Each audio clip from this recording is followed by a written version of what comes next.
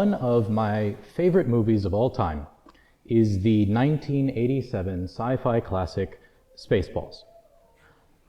And there's a scene where the evil Dark Helmet and his right-hand man, Colonel Sanders, are combing the desert. And Colonel Sanders is fed up with the area they've been combing and says, "Prepare to move out." And Dark Helmet says, "Why are you preparing? You're always preparing. Just go." I think, very often in today's world, we have the same attitude with Christmas. Why are you preparing? You're always preparing. Just go. Midnight hits on October 31st, and suddenly every pumpkin turns into a Christmas tree. Mariah Carey and Michael Bublé are blasting on every radio station, and you can't get away from Christmas on November 1st.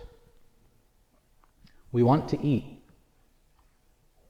but we don't put in the work. This is what Paul is talking about, maybe, in a way.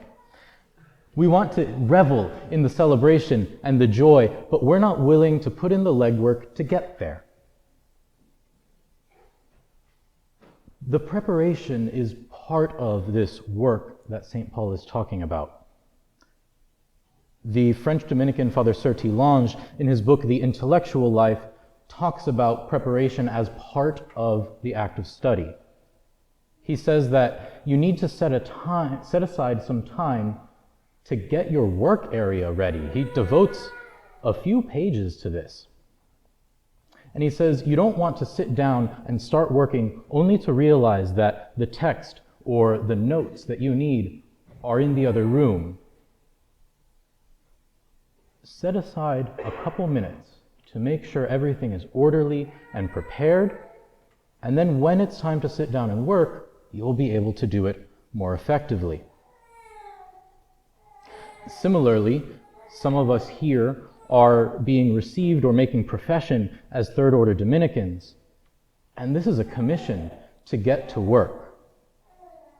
For those of you where this is an earlier step, it's time to do some of that preparation. Learn what it means to be a preacher.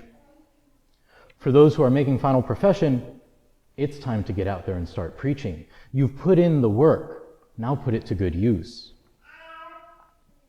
In general, the church wants us to put in some of this preparation now. That's why we have the time of Advent, which starts in 2 weeks, not 2 weeks ago on November 1st.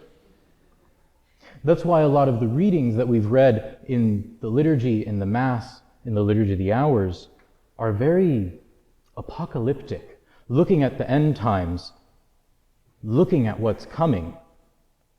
We need to see Christ as our goal. We need to see the incarnation and the end of time in Christ's second coming as the goal that we're striving for as Christians. We need to aim for it, and we need to find out how we get there.